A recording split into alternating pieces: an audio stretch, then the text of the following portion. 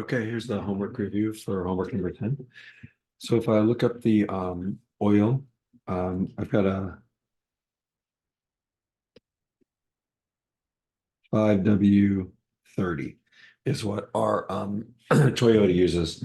The W stands for winter, and the 5 is about viscosity, and the 30 is also about viscosity. So what it's saying is when the car is cold, like you're just starting it up, and the oil is cold because it's winter time, this oil has a viscosity of 5. But once it gets up to operating temperatures, then the other viscosity of the vehicle of the oil is 30. So the higher the number, the more viscous it is, the more honey-like it is. The lower the number, the more water-like it is. So what they've done is they've mixed two different types of oils together to get the best of both worlds.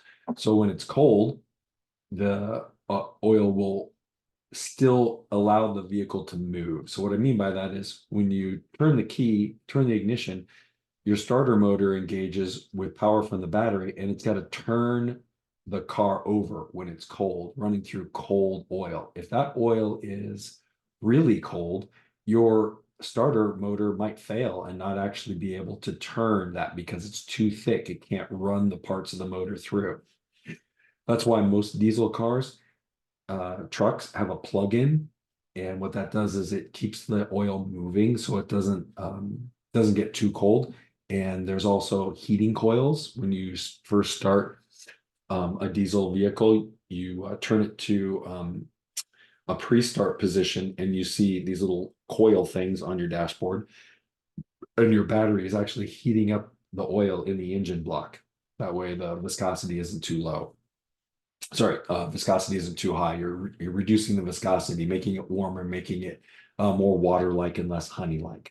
And so why you might want to change your oil is if you're running around, if you've got a big motor, then you want it to be protected with high viscosity motor oil.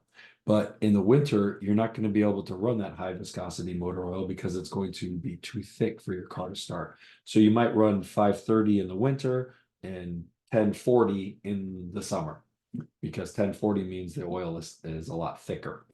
And so this is multi-viscosity oil. So if I did 10W40, this would be for warmer conditions, and this would be for colder. And there are more variations with these, but these are the two most common types of motor oil. Maybe 5W or 10W30 is also in there, but regardless, these are very important.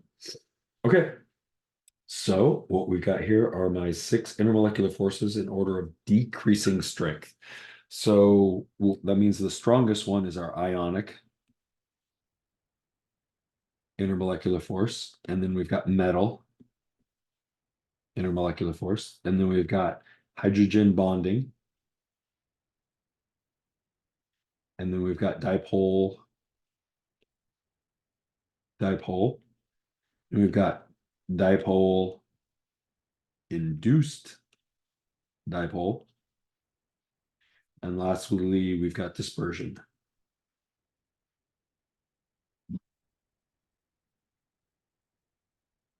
Okay, we're going to draw a phase diagram for water. Okay, all right. Remember, water is one of the weird ones. So I've got temperature, and I've got pressure, and I've got that line, that line, that line. All right, so I've got a solid, I've got a liquid, I've got a gas. This is my triple point. This is my critical point. This is a solid going into a gas, that's sublimation. And I've got a gas solidifying into a solid, and that's deposition. Solid going to a liquid, let me just say melting.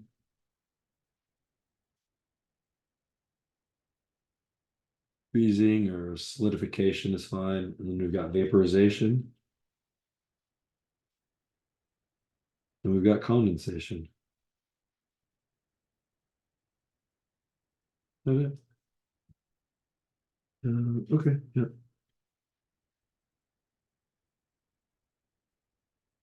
And we need to look up Stephanie and have a little discussion about Stephanie. So what's going on with this? So Stephanie is Stephanie Kwolek, and she worked for a large chemical company in the United States, and she's the person who came up with Kevlar. And what she realized was that she could use intermolecular forces with within polymers to give substances interesting properties.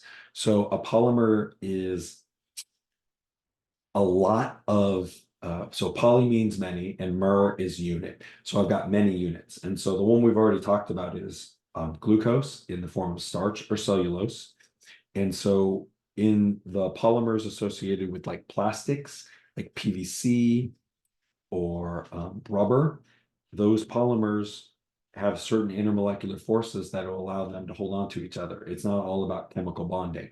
So the polymers are bonded to each other, but then the strands of polymers are connected to each other via intermolecular forces.